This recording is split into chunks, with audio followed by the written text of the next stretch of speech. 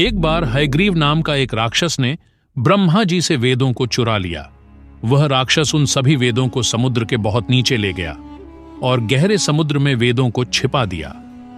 भगवान विष्णु, जिन्होंने इस घटना को ब्रह्मांड के संतुलन के लिए एक खतरे के रूप में देखा, तब विष्णु जी ने एक विशाल मछली का रूप लेकर समुद्र से वेदों को निकालने का फैसला किया।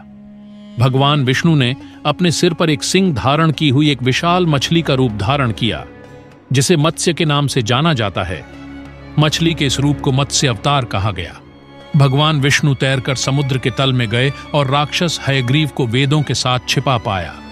राक्षस ने भगवान विष्णु पर प्रहार करने की कोशिश की, लेकिन मछली के रूप में नारायण उस राक्षस के लिए बहुत ही शक्तिशाली थे। भगवान विष्णु ने हयग्रीव को पराजित किया और उससे चारों वेदों को पुनः प्राप्त किया।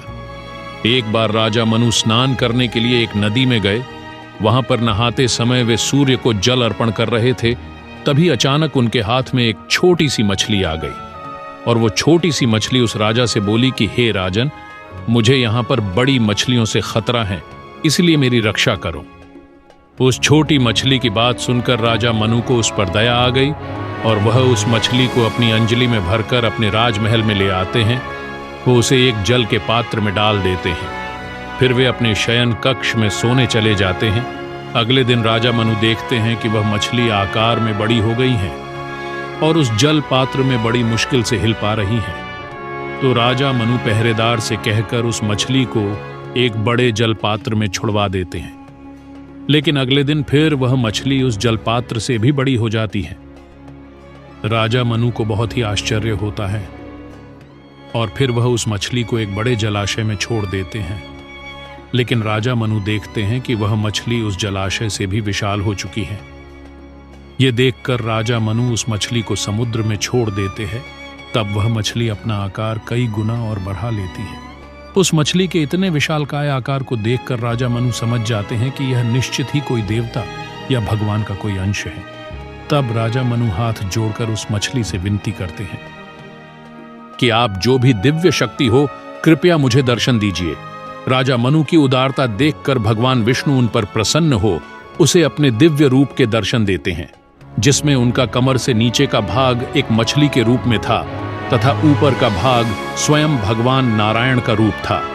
तब उस अर्ध मत्स्य रूप में भगवान विष्णु राजा मनु को कहते हैं कि आज से ठीक 7 दिन बाद धरती पर जल प्रलय आने वाला है, जिससे पूरी पृथ्वी का जीवन नष्ट हो जाएगा। इसलिए पृथ्वी पर जीवन को दोबारा आबाद करने के लिए आप एक विशाल नाव का निर्माण कीजिए। तब भगवान विष्णु राजा मनु को कहते हैं कि आप पृथ्वी पर जीवित प्राणियों के अंश तथा बीज लेकर उस विशाल नौका पर सवार हो जाना। प्रलय के दिन में मत्स्य रूप में आऊंगा तथा आपकी उस नौका को किसी सुरक्षित स्थान पर लेकर जाऊंगा। यह कहकर मछली रूप में भगवान विष्णु समुद्र की गहराइयों में हो जाते हैं। राजा मनु भगवान विष्णु की बातों को मानकर एक विशाल नौका का निर्माण करते हैं तथा भगवान विष्णु के कहे अनुसार ठीक 7वें दिन पृथ्वी पर भयंकर बाढ़ आ जाती है, जिसमें सारी भूमि जलमग्न हो जाती है। लेकिन राजा मनु अपने परिवार तथा सभी जीवित प्राणियों के बीज तथा अंश लेकर सप्त ऋषियों के साथ उस नौका पर सवार हो जाते हैं। पृथ्वी पर चारों ओर जल ही जल दिखाई दे रहा था। तभी वहां पर जल में तैरते हुए एक विशालकाय मछली आती है, जिसके माथे पर एक सिंह होता है। राजा मनु समझ जाते हैं कि वह भगवान विष्णु ही हैं। तब राजा मनु एक विशाल रस्सी से नौका को उस मछली के सिंग पर बांध देते हैं और भगवान विष्णु राजा मनु की नौका को खींचकर पृथ्वी के सबसे ऊंचे स्थान पर लेकर चले जाते हैं, जब तक प्रलय शांत नहीं होती। अंत में जब तूफान शांत हो गया तो भगवान विष्णु ने मनु को अपना वास्तविक रूप का दर्शन दिया और उन्हें आशीर्वाद भी दिया। इस प्रकार राजा मनु के द्वारा पृथ्वी पर फिर से जीवन आबाद हो जाता है और हमारे चारों वेद भी सुरक्षित हो जाते हैं। जी श्री नारायण।